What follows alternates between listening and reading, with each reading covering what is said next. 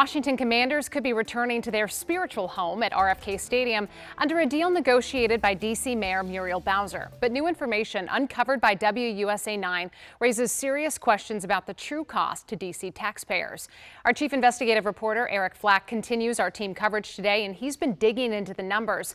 Flack, some D.C. council members say the bill taxpayers could ultimately face is much higher than advertised. That's right, Simone, and the information we uncovered seems to support that. But just hours ago, the mayor's office issued a statement brushing aside councilmember concerns. The time is now. Let's bring Washington back to D.C.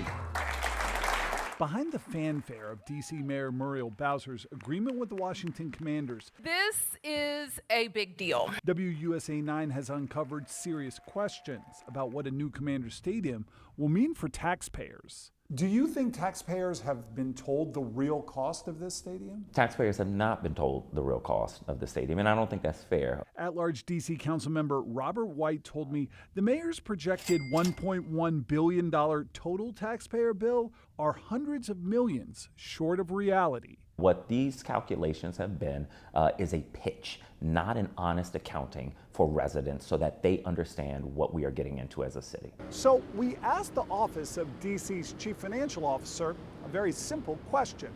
What is the total interest payments on those bonds? The CFO's answer surprised us. Unknown at this time. We also asked, what is the yearly interest payment DC would have to make on those bonds? The answer once again, unknown at this time. Concerns over the interest D.C. taxpayers would pay on stadium bonds were at the center of questions raised by Councilmember Charles Allen during last month's budget oversight hearing. Late Thursday, the mayor's office sent us a statement denying taxpayers will be hit with hidden interest payments, telling us interest on the district's stadium bonds would not increase the price of the project to taxpayers and be paid for entirely from the sports facilities fee, otherwise known as the ballpark fee, that funded construction on Nats Park. But White believes there's also tens of millions of dollars in hidden housing costs not included in the mayor's estimates, and is among a growing number of D.C. council members who see major red flags in the mayor's stadium financing math. So when the mayor is saying this is the cost to the city, it's not accurate, and residents should know how much this project is going to cost. White supported legislation passed by D.C. Council Wednesday to strip the RFK Stadium plan out of the D.C. budget to be considered separately, which will slow potential approval of the agreement, which frustrates the Commanders. They said in a statement, any substantial delays will jeopardize D.C.'s ability to attract premier concerts, global talent, and marquee events, including, Simone, the 2031 FIFA Women's World Cup. I'm curious, do we know when D.C. Council will now ultimately vote on that stadium plan? And maybe more importantly, is council approval in jeopardy?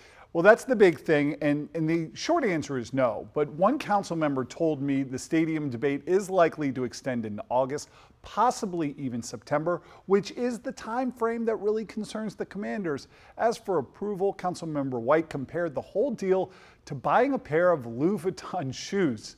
He said they're not practical, you could get shoes for a lot less, but if you're honest about how much you're spending, you might still buy them. He said council members may still want the stadium, but the city just has to be honest about how much it's going to cost.